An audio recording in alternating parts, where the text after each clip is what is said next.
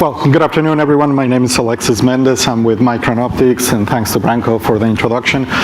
We specialize in optical fiber sensing systems, and today we'll share with you a new application we have developed in collaboration with some colleagues from Australia, Arkwright Technologies, and this is based on optical fiber Bragg grating sensors, and it has two particular applications.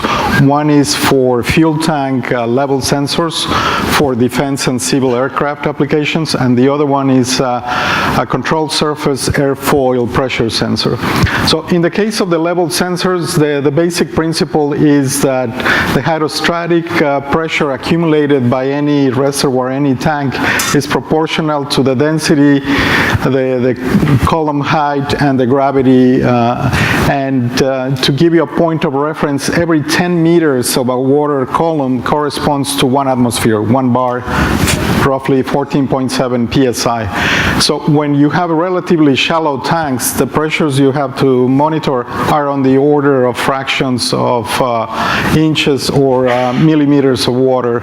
So the sensing element we are using is fiber Bragg gratings. Most of you are familiar with them, but primarily it's a single mode fiber where we have inscribed a sensing grating element that gets detuned as a function of the applied strain or changes in temperature. So you will get a spectral shift with change in strain or change in temperature. Physically, you have an optical fiber. The sensing element is right here in the middle. And what we have constructed in collaboration with Arkwright, it's basically a pressure-sensitive device that combines the fiber optic Bragg grating element with metallic flexure transducers. So as you applied an external hydrostatic pressure to the outside of the grating, the flexure mechanically bends and deforms and introduces an axial strain in the grating, in the fiber. Now, in order to compensate for temperature effects and to increase the pressure sensitivity, we have used a dual fiber arrangement where we have two separate arrays of fiber Bragg gratings, both of those twisted and mounted on individual flexures, so that when you have this external force or hydrostatic pressure, what you'll see is that each one of the gratings is going to move in a separate direction, but both will experience the same temperature change. So you have a common mode reaction, and you're able to correct for the temperature effects, but detect the necessary pressure that you're interested. This is a zoom in of the metallic flexure that we are used and the arrangement of the two FPG sensing elements. And physically, the way this sensor looks like is the following. You have the two fibers running the full length. We have an array with 36 elements. These metallic little pieces are the flexures, and the FPGs are mounted individually in each one of these flexures. In this particular demonstration, we have an array of 36 elements, and they are basically mounted at the bottom of this water tank. And the idea is that we're going to illustrate how this array is able to detect not only the water level, but the sloshing movement of the tank. And also we can use the same arrangement to detect the airfoil pressure. So for instance, we have here a simulated wing. We have one of these flexure pressure array sensors, and here you can see the display, the baseline reading of what is the relative pressure or vacuum exerted on that control surface. And as you start changing the angle of attack with respect to a simulated airflow with a fan, you can see here what is the actual pressure profile. So we keep increasing the pitch. You can see that the pressure profile is more pronounced until eventually you have complete stalling there. So what are the applications for this sort of device? Well, fundamentally it's for a liquid level sensor in explosive environments. For fuel tanks, you can determine the amount of fluid, you can determine the amount of level.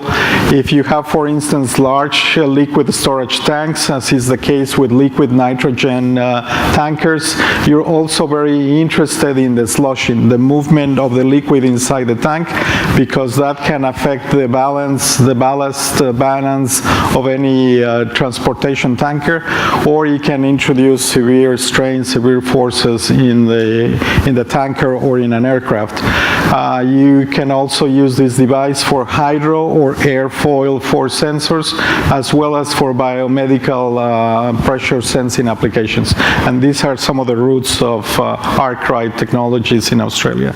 So that was a little intro on how this device works, and then we can switch to the demonstration here.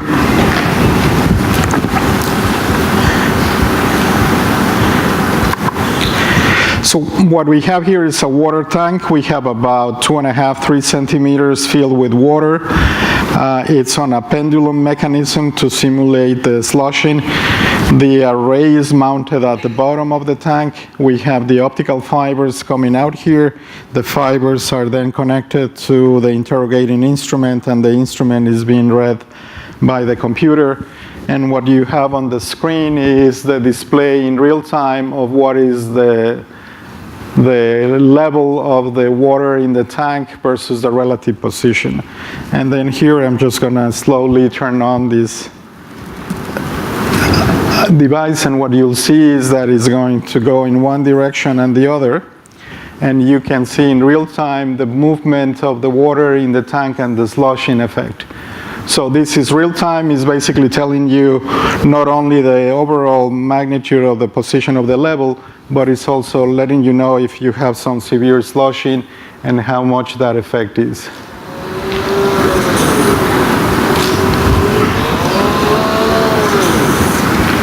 So we can have some broad movement of the water. You can even determine the relative movement of the waves in real time.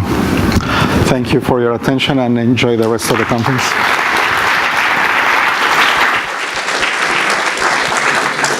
Thank you very much for a very nice real-time demonstration of how it looks like with liquids. It might be useful for surfing too. For what? For? Surfing applications, you know. Oh, surfing, yes. You had very broad applications, yes, from big fuel tanks to whatever, blood pressure. So that also shows the wide field of application of optical fibers.